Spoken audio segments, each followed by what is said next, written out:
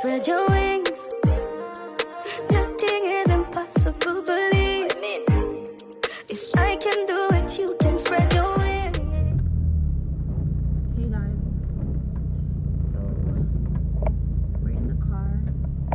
Queen, say hi. Mess up eye. Guys, I boxed Queen in the eye. Show them your eye. I'm joking, I didn't box him. He woke up like that 2-3 days ago, and we don't know what that is or what caused it, if it's allergic reaction or I don't know, but he's been putting a hot spoon on there, and today we're gonna try cold cucumber when we get back. I don't know if you guys know what that is and how he could possibly fix it or make it go away. Comment below, let us know, because he's tried everything. Tea bag, nothing's working. So the last thing I saw was a cold cucumber, like a slice, and put it on there. But yeah, and he's the type, he's not gonna go to the clinic. Like I told him, let's go to the walk-in clinic and let's see if we can get some eye drops, antibiotics, or maybe if, you know, they can look at you and tell you what it is or whatever. But of course, he's the home remedy type of person, so he's not gonna bother going. So if you guys know what that is or have seen somebody with it before, or just, yeah, comment below how he can make it go away quicker, because it's been like, this is the 4th day now he has it, and it's getting worse. It's not getting better, because before it was just literally the eye line. Now it's like the whole bag and everything, and it looks like somebody punched him. So we're gonna be going to pick up some chickens, some baby chicks, chicken nuggets.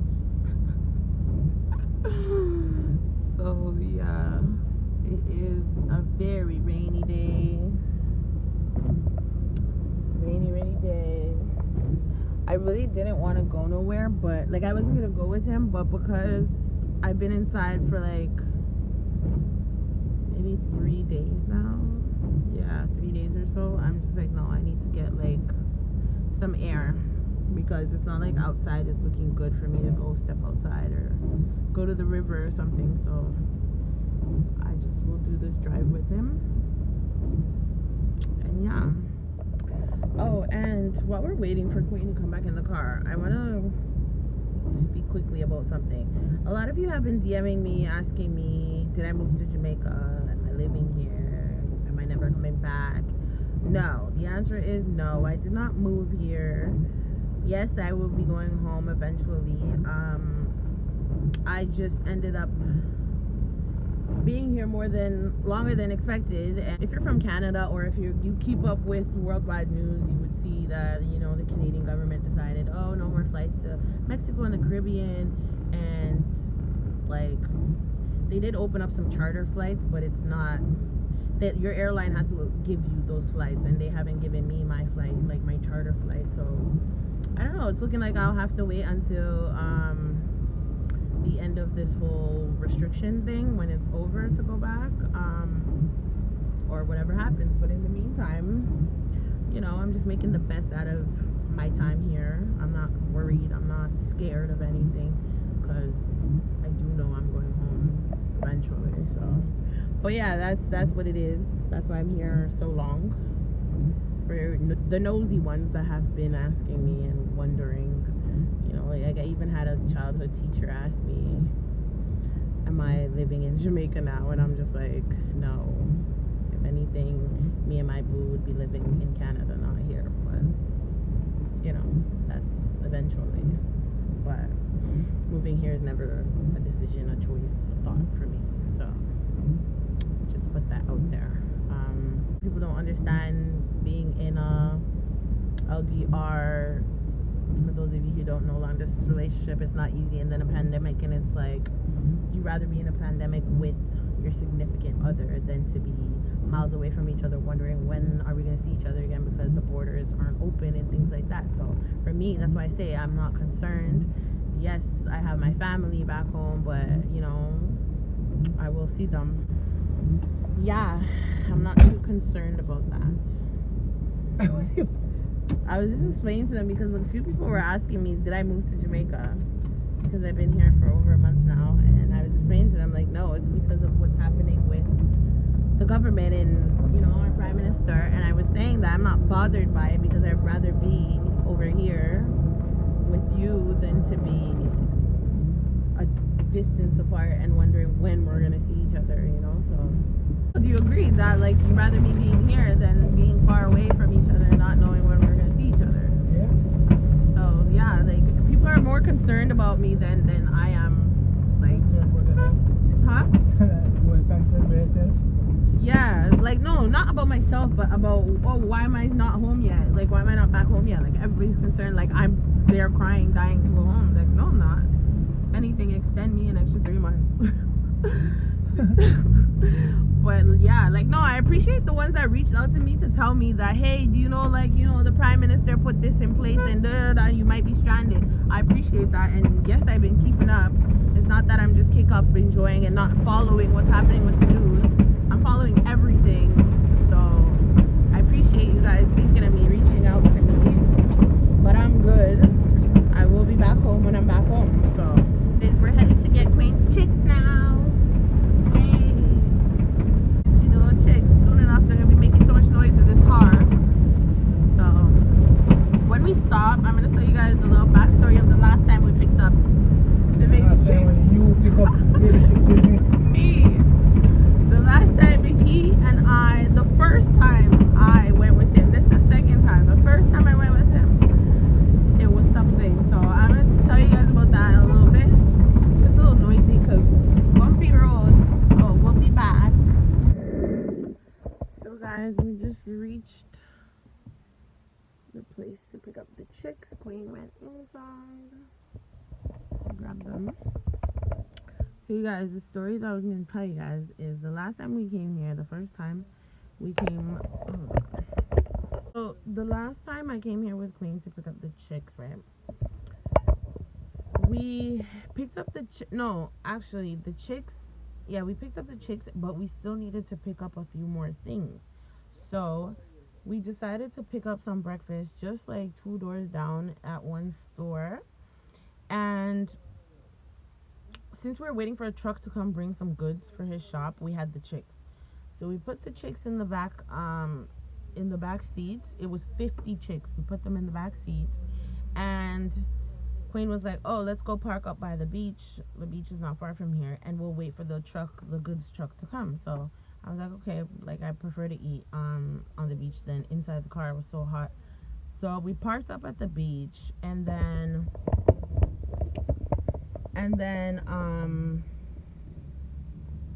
we parked up at the beach, and I got out first. Queen got out second, and Queen closed the doors and everything. And we sat on the beach for maybe half an hour to 45 minutes. We ate. The goods man called and said he's almost here. He's like 5 minutes away or so, and we're like, okay, let's wrap up. After 45 minutes, we're like, okay, let's wrap up. So we wrap up. We're going back to the car now, and we get in the car, and we're driving back to here where the chicks were, because this is where the goods truck is gonna come. Like, but we could have kept the chicks here, but we decided to just take them, right? So we come back here, and in my brain, as we're driving here, I'm just like, why is it so quiet? Like, in my brain, I'm just thinking, I swear we had chicks. But I'm so full that I was just like, whatever. So we get here now, and Queen's like, why is it so quiet? And I was like, yeah, why is it so quiet? He goes to the back, opens the back, and the chicks are literally laying dead. Dead. Yeah, dead. They're laying dead. They're twitching, like they're still at their last few breaths, but pretty much dead. And obviously, because the car that day was so hot, we couldn't even eat here. We went to eat on the beach because it was so hot in the car. Queen closed the doors, closed the windows, everything, and left them in here for 45 minutes. We took them out the box. We brought them back inside where they're usually, like, in their store where it's nice and cool. We try to revive them with a fan, like we put the fan on them, and only about 10 survived out of 50. So, yeah. It was crazy. Like, it was crazy. It was so sad though, because they were just like on their last breath. And then when the fan came on, some of them started reviving because they finally got fresh air. Like, they felt cool. But the rest of, some of them were just like, they died already. Like, they just couldn't make it.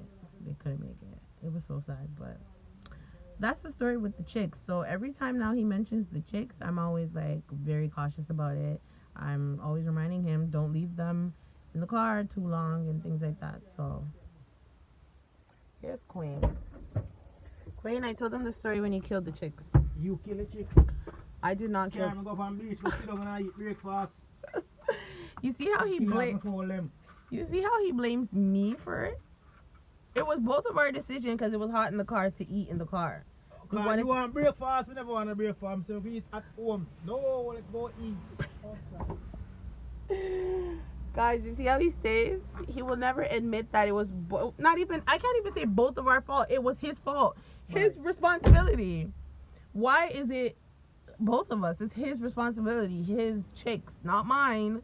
I just wanted breakfast because I tagged along that day. It was early in the morning and I was hungry. So I was just like, okay, can we get something to eat? My understanding was that we're picking up the chicks and going straight home. He was like, no, we got to wait for the goods truck. He's going to come in like half an hour. So I said, half an hour, we might as well grab something to eat. He could have left the chicks here at the store. He decided to pick, he already paid for it, but he decided to pick them up and put them in the car. When the lady even said, when we came back, she said, you could have just left them here and come back for them. But no. How many did you get this time? You guys, look at them. That's how noisy they are. And imagine that day. Imagine that day we heard no sound when we got back in the car. They're so cute. 76 of them this time. Yeah, so this time all 76 are making it home. Yeah, we have to deal with this noise the whole ride. That's the story of how Quayne killed his chicks. And I'm gonna be sure to make sure these babies get home safe.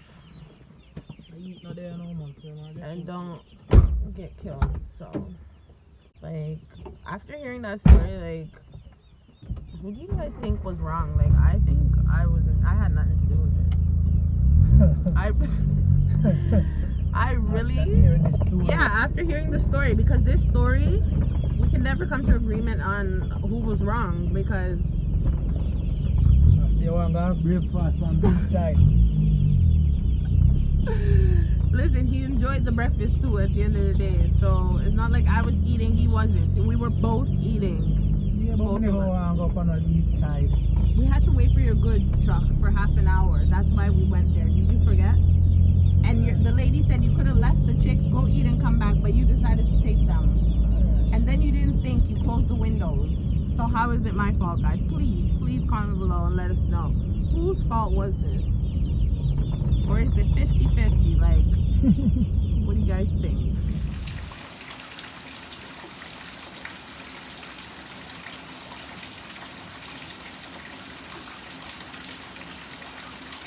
Did the chicks survive? Say bye, I'm closing the vlog. I said say bye, I'm closing the vlog. Bye. Tell them to like, comment, share, subscribe. He said go over to his channel. What's your channel? I'm trying to win them livestock farm. Yeah guys, so you can see the rest of his lifestyle. Bye!